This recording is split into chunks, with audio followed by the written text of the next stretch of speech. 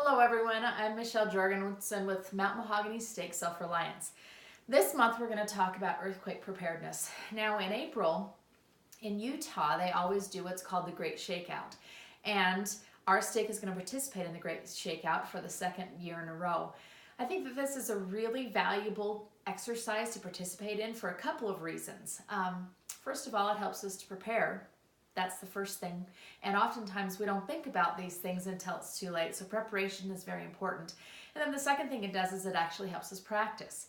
So why do we care about earthquake preparedness? In the state of Utah, over 90% of us actually live in active earthquake territory. So that's serious business. If we live in active earthquake territory, it means that we are at risk for an earthquake. And geologic evidence shows that there has been a major earthquake in the past in Utah and that we are actually overdue for one now. Now, where is this earthquake zone located?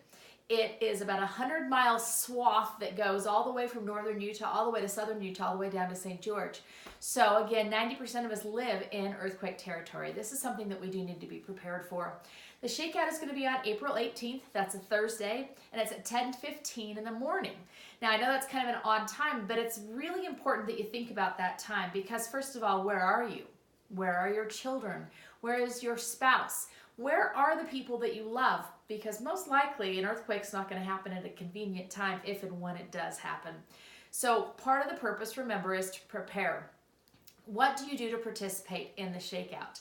What we want you to do is on April 18th at 10:15 a.m., we want you to stop, you drop, cover, and hold wherever you are. We'll talk a little bit more about what that means to drop, cover, and hold.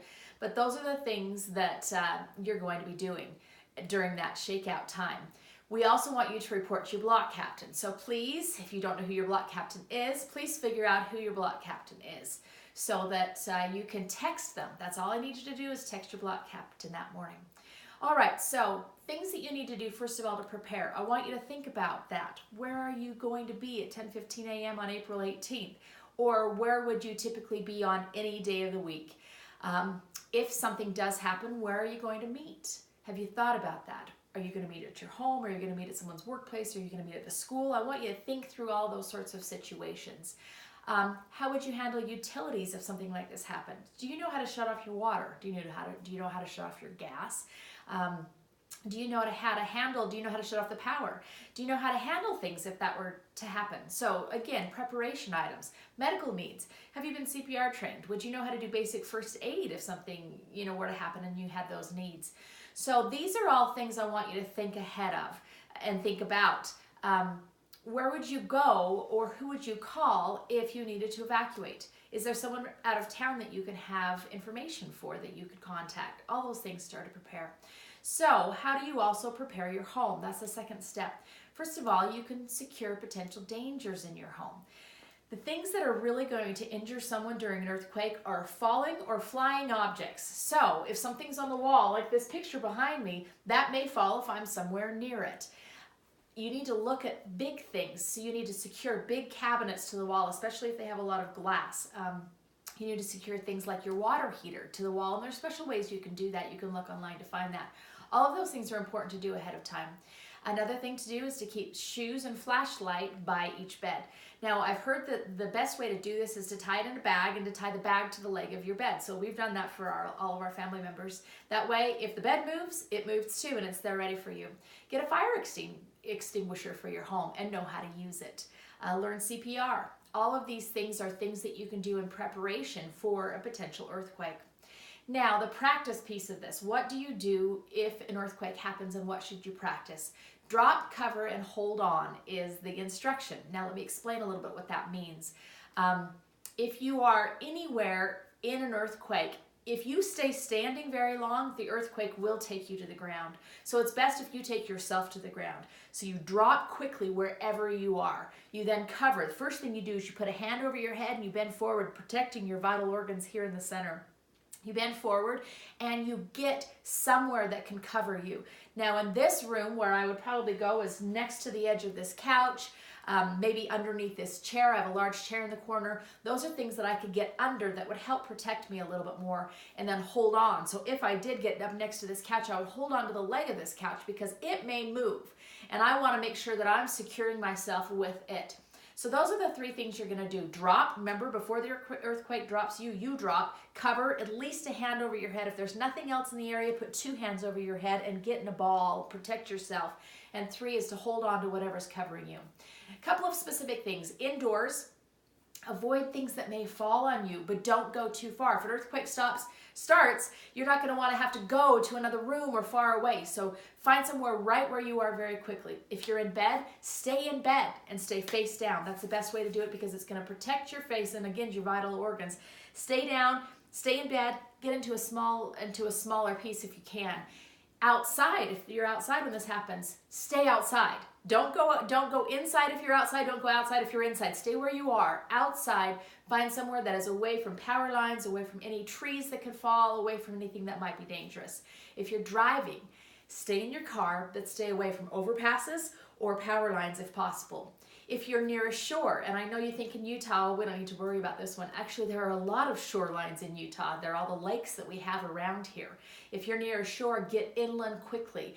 A tsunami could come up on Utah Lake, as strange as that sounds, or Salt Lake. A tsunami could actually come up and cause a lot of damage if it were after an earthquake. So make sure you get inland as quickly as possible. There are some don'ts about earthquakes, and these are going to kind of topple some of the beliefs that you may have had in the past. So don't move. Don't go outside. Oftentimes you've heard that probably, that if you're inside, go outside, it's the safest place. Don't do that. Don't move, because oftentimes the exterior of a home is where the most dangerous things are going to happen.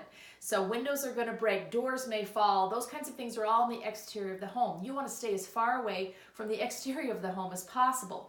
So don't go outside.